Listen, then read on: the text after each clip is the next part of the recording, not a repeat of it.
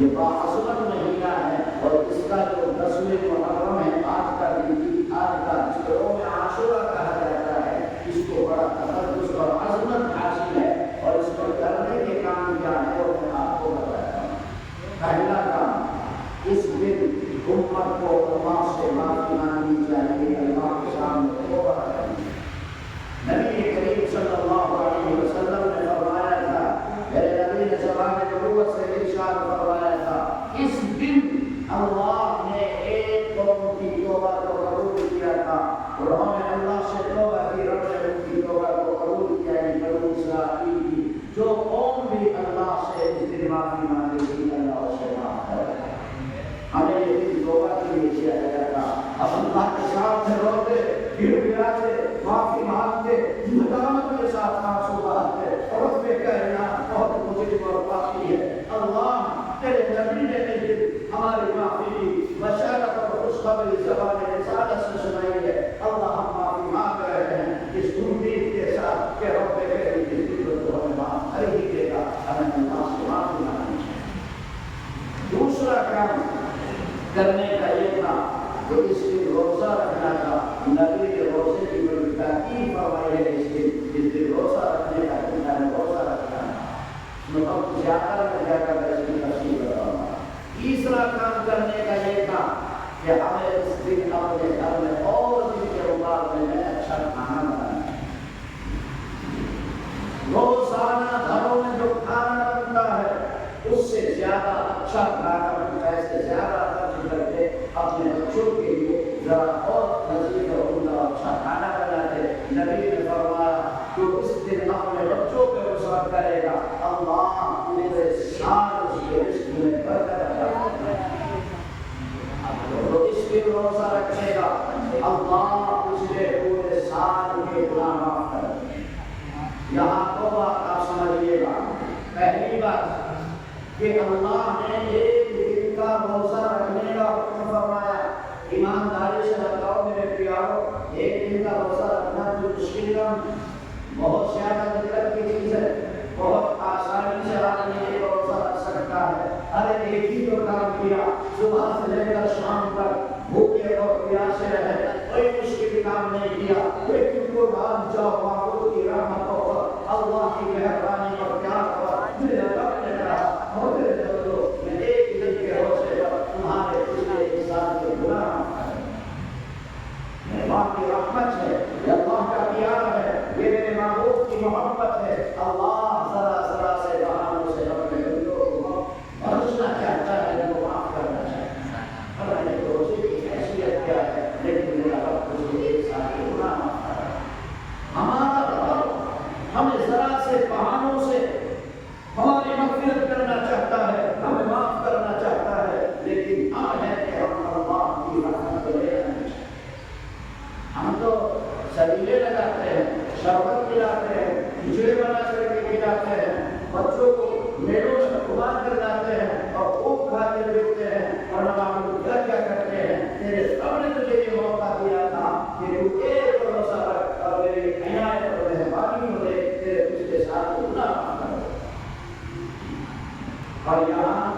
اللہ نے کے نبی نے فرمایا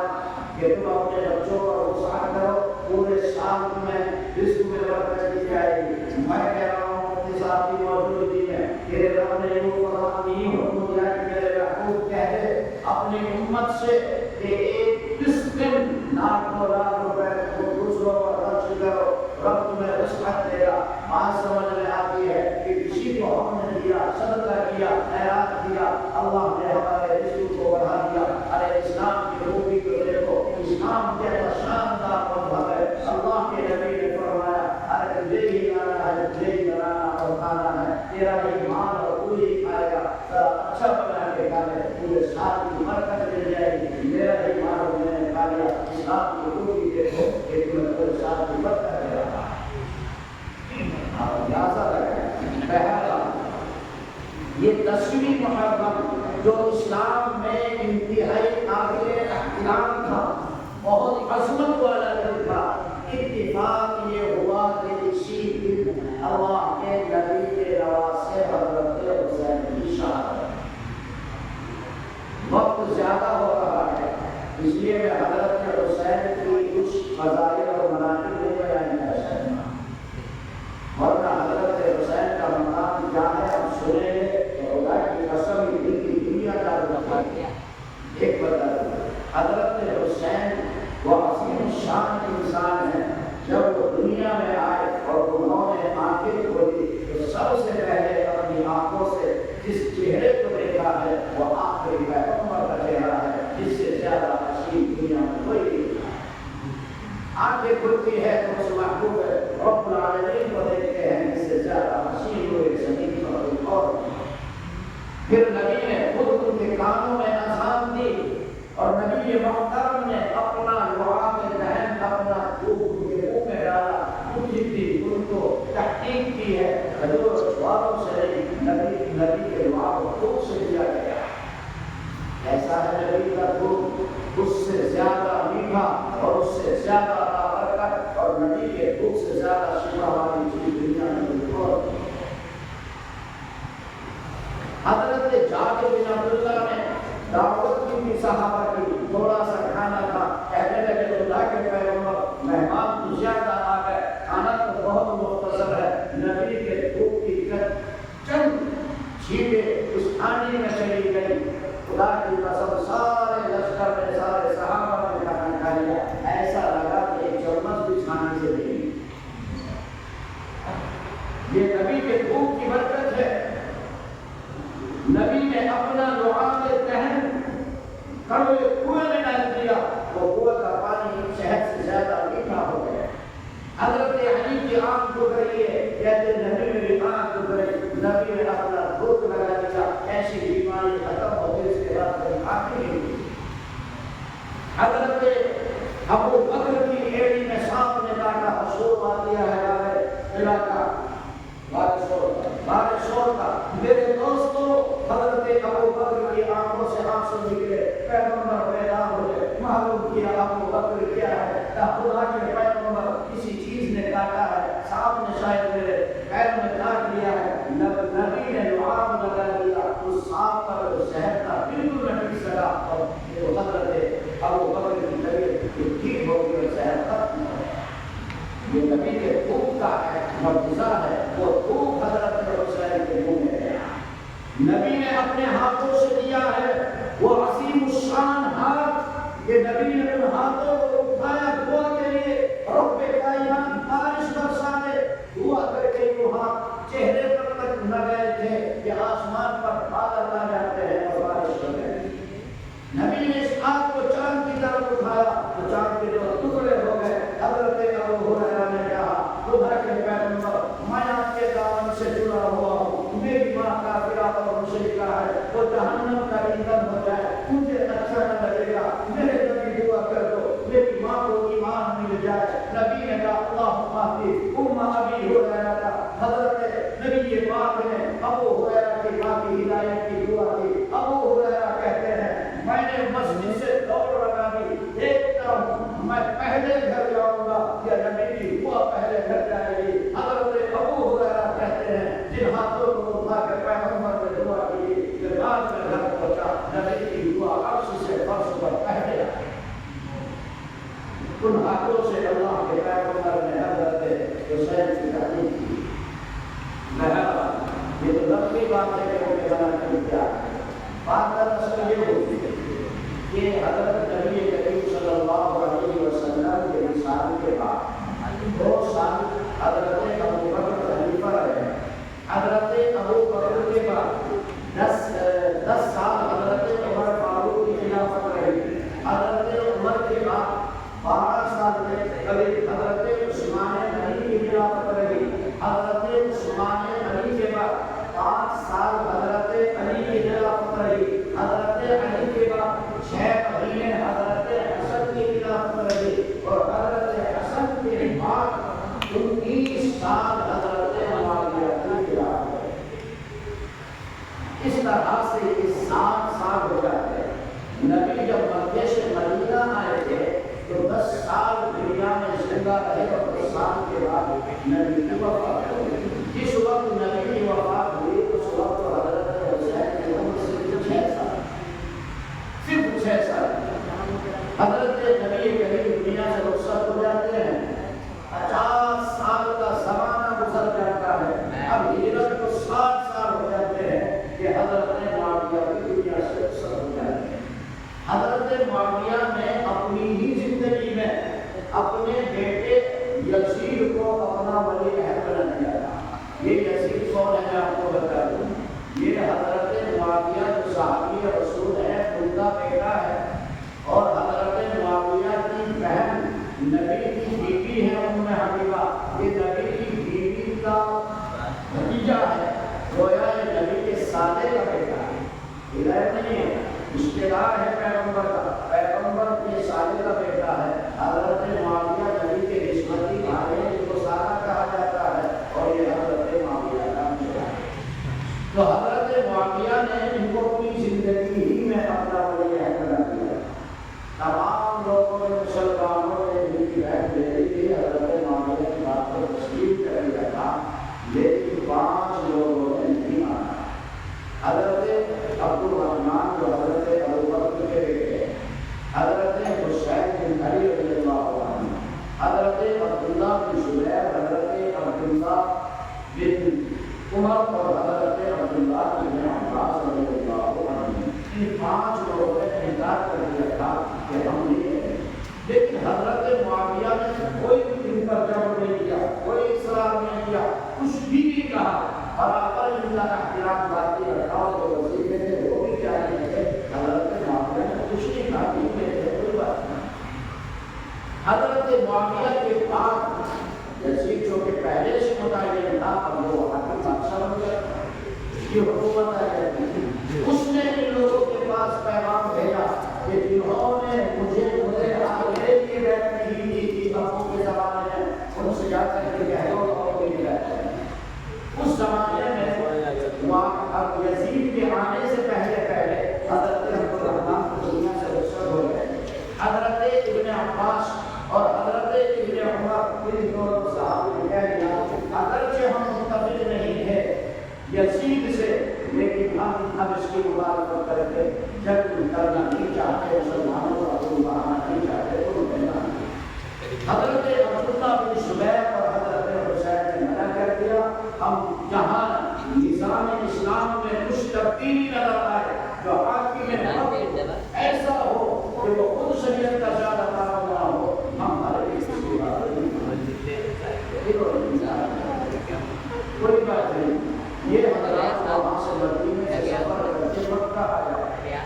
حضرت عبداللہ بن زبیر نے کہا میں مدینے میں رہوں گا، یہاں امن ہے، کوئی مسئلہ نہیں ہوگا۔ حضرت حسین نے بھی کہا کہ آپ یہی رہو، لیکن علاقیوں میں کوفہ والوں نے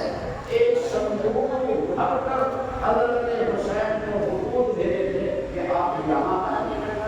انہوں نے کہا تھا سنتیں بگڑ رہی ہیں اور بدعت پیدا ہو رہا ہے، آپ یہاں اور ہم آپ کے ہاتھ پر بیٹھ کرنا چاہتے ہیں، آپ یہاں آئیں۔ حضرت حسین نے کہا کہ جو مجھے تم جانا چاہتے۔ حضرت حسین سے وقت سفر باندھ لیا اور اپنے ساتھ اپنے خاندان کو لیا اور تجلیل کے لیے صحابہ نے اپنے ساتھی کے ساتھ منع کیا کہ آپ نہیں جائیں، لیکن جاتے کیوں نہیں؟ جو چیز اللہ مقدر کر دیتا ہے وہ میدان کربلا میں حضرت حسین کی شہادت یہ اچانک نہیں ہوئی، یہ اللہ نے باقاعدہ عرش پر مقرر کر دیا تھا، اور کئی مرتبہ باقاعدہ طور پر فرشتوں کو بھیج کر اپنے نبی کو بتائی۔ روایات مختلف ہیں، کبھی حضرت جبریل آئے، کبھی بارش والا فرشتہ آیا، حضور کے بعد حضرت حسین ہیں، چھوٹے بچے ہی جو تھے، حضور کی گود میں بیٹھے ہیں، نبی مسکرا رہے ہیں، حضرت حسین کو دیکھ کر فرشتے نے کہا تمہیں دیکھ کر مسکراتے ہو، یہ تیری اولاد وہ ہے کہ ایک دن ان کو شہید کیا جائے گا، دنیا پر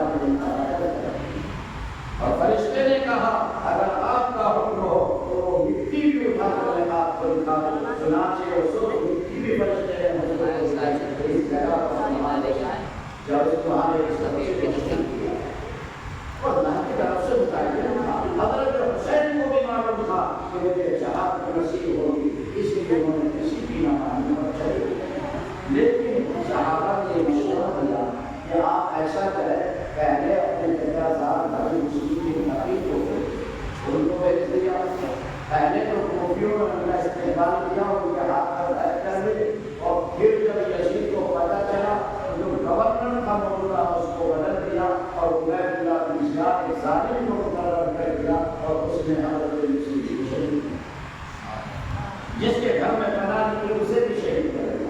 حضرت حسین کو معلوم ہو چکا تھا راستے میں کہ وہ لوگ ہمارے مخالف ہو چکے ہیں، وہ ہم سے وعدہ خلافی کر چکے ہیں، میرے بھائی کو بھی شہید کر دیا ہے، لیکن حضرت حسین کی غیرت نے گوارا نہ کیا، میرے بھائی کا انتقام نہ ہو اور بھائی کے سلسلے میں جا کے وہاں بات نہ کروں، اس لیے حضرت حسین چھوڑے وہاں پہنچے تو آپ کا راستہ روک دیا گیا اور آپ کو کوئی شرارت نہیں ہونے دیا، آپ کو جو کربلا کی طرف راستہ جا رہا تھا اس راستے میں ڈال کر خود بھی تسلیم ہے اور آپ نے وہاں ان سے چند شرطیں رکھی تھی، ایسا کرو میں مدینے واپس جا رہا ہوں، جب آپ آئے گا مجھے عزیز سے ملنے اور اس کو بات کروں گا، جب میں کسی اور اسلام کی سبق کرانے کو کرنے کی آواز لیکن انہوں نے کوئی نہ سنی اور بات آ جائے تو ہر لگائے تو شاید سے بات کر سکتی جو آدمی معامل کرتے ہیں وہ غریب کے اعتراض سے شہید کروانے کی وجہ کیا تھی؟ انہی خوفیوں نے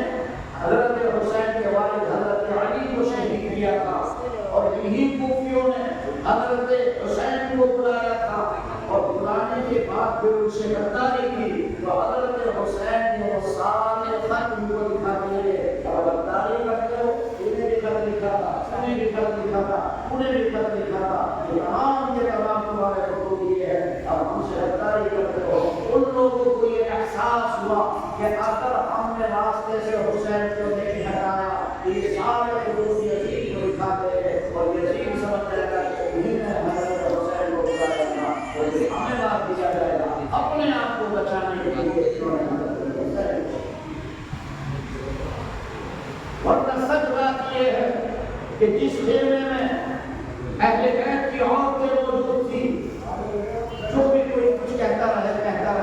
لیکن ان عورتوں کے ساتھ انہوں نے کوئی بدتمیزی نہیں کی تھی، عورتوں کو کچھ نہیں کہا، ان خیموں کو جلا دیا۔ جلانے کا مطلب یہی تھا کہ وہ خط جل جائے تاکہ بعد میں نشان بھی باقی نہ رہے اور یزید کو پتہ نہ چل سکے کہ ہم نے مظلوم کو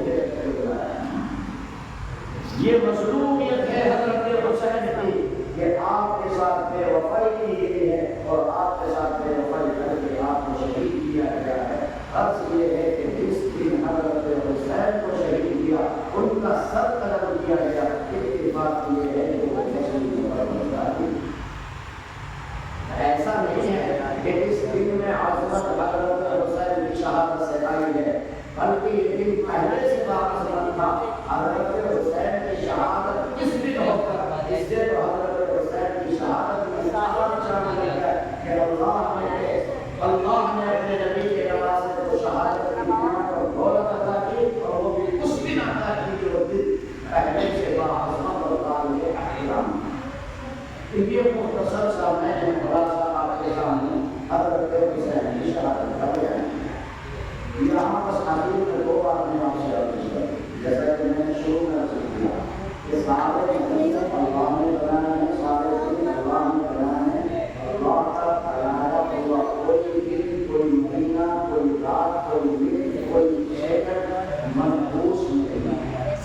یعنی منحوس نہیں ہے، سارے دن اللہ کے ہیں۔ اگر کوئی انسان محرم دن منحوس رکھتا ہے، نہ اس میں شادیاں کرتا ہے، نہ اس میں خوشیاں مناتا ہے، نہ اس میں اچھے کپڑے پہنتا ہے، تو یاد رکھنا وہ اللہ کے دلوں کو اللہ کی تحریر میں نقص نکالتا ہے، اللہ نے کسی دل کو منحوس نہیں رکھا۔ بلکہ اللہ تبارک و تعالیٰ نے کہا میرے محبوب کہہ دو میرے بندوں سے، کہہ دو اپنی امت سے، جو انسان زمانے کو برا کہتا ہے اگر ہم کسی دن کو منحوس سمجھتے ہیں، برا خیال کرتے ہیں، تو یاد رکھنا ہم اپنے قلب کو یاد رکھتے ہیں، ذہن میں رہے گا کوئی بھی کیا نہیں ہے، منحوس نہیں ہے، سب اللہ کے بنائے ہوئے ہیں، ہر دن میں ہم جائے خوشی کر سکتے ہیں، شامل کر سکتے ہیں، اور باقاعدہ طور پر نبی نے مقررہ میں اپنی بیٹی کا نکاح کیا تھا، اس دن اس مہینے میں نکاح کرنا کوئی منحوس نہیں۔ دوسری بات کوئی بھی اتنا بھی عزیز ہو، پیارا ہو، اتنا بھی چہیتا ہو، اس قدر نازا ہو، کسی کی موت پر سے زیادہ افسوس کرنے اور کرنے کی اجازت نہیں۔